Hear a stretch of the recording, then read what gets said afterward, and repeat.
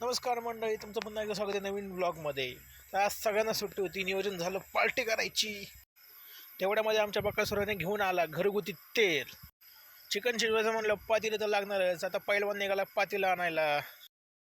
तेवढ्यात पैलवान आमचा घेऊन आला एक मोठा टोप. बघा केवढा मोठा टोप आहे. आणि तेवढ्यात आता घरनं चालत आलाय आमचा सुका पाटील.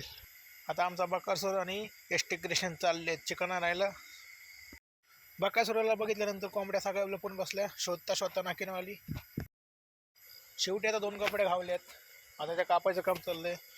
बकासुराला बघितल्यानंतर त्या भैयाने सुद्धा 200 ग्रॅम एक्स्ट्रा दिलं. त्याला थँक्यू म्हणून आता आम्ही चाललोय आता चिकन घेऊन. हे बघा कसं आहे.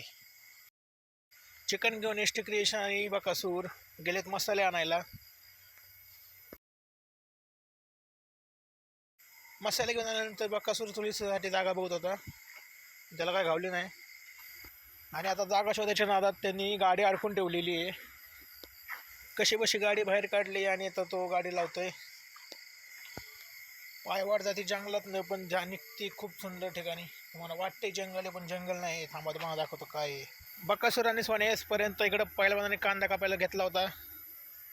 कांदा कापून रेडी. पहिलवानाचा सगळे मसाले चेक करत होता. आणि त्यात आता आमच्या सुका पाटलाला लागली ती भूक, त्यामुळे तो एका कोपऱ्यात जाऊन बसला होता. वातावरण चांगलं होतं, मस्तपैकी नदीच्या किनारी. इकडे कांदा कापून होईपर्यंत तिकडे बकासूराने चिकन धुवून घेतलं. बघा कसा धुतोय.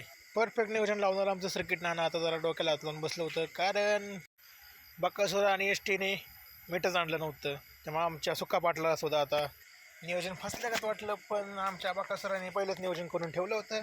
सर्किट नाण्याचं टेन्शन तर वाढत चाललं होतं. पण तोपर्यंत इकडं आमच्या बकासुरांनी दही लावायला सुरुवात केली. बघा कसा मॅरिनेट करतोय. आणि सुका पाटलानं पेटवली चूल. लवकर शिजतर बाबा. एस टी क्रिएशन नुसताच बसला होता. त्यात आमचा सर्किट नाना मीठ नाही म्हणून रुसला होता. तोपर्यंत बकासुराने इकडे मस्तपैकी चिकन मॅरिनेट करून घेतलं. वा वा वा कसलं दिसतंय. चल लवकर पेटाना म्हणून आता स्वतः सर्किट नाना चूल पेटवायला गेलं. बघा कोंबडीचा लेग पीस फक्त मलाच पाहिजे असं म्हणून सुका पाटील चुलीच्या शेजारीच बसला. तोपर्यंत इकडं बकासुराने कांदा परतायला सुरुवात केली. मसाला हलवायचं काम आता पहिलवानाने घेतलं. आता चिकन शिजवायचं टाकलं होतं. शिजायची वाट सगळे बघत होते. तोपर्यंत सर्किट नाना काहीतरी विचार करत होता. मीठ कुठून आणायचं. पाणी कमी पडलं म्हणून आता सर्किट नाना स्वतः पाण्याची पिशवी घेऊन आले. आणि शिजायला अजिबात पाणी कमी पडलं नाही पाहिजे. किती बी आणतो मी पण वता. आता चिकन हळूहळू शिजायला लागलं होतं. बघा कसली उकळी आली. वाजता कसला सुटला आहे. बकासूर तर पहिला शेजारी बसला होता आणि नेहमीप्रमाणे आमच्या सुका पाटलाने डोक्याला हात लावला होता. इकडे बिर्याणी बनवून तयार झाली. तोपर्यंत त्यात कोथिंबीर बतली. मीठ कमी पडलं म्हणून सर्किट नाना अजून 4 मसाले देत होता. पण बकासूर म्हटला नको. बिर्याणी फक्त आता थोडीशी शिजायची बाकी होती. सगळ्यांना आता भुका लागल्या होत्या आणि सगळेजण वाट बघत होते कधी शिजतंय. चिकन शिजल्यानंतर आता सुरुवात झाली तर वाढायला. सगळ्यांनी पत्र काढल्या मस्तपैकी आणि वाढायची सुरुवात केली पहिलवानानं. बघा कसं टाकतंय. बकासूराला लेग पीस दिला. बिर्याणी कशी झाली? बिर्याणी लय क्वालिटी झाली.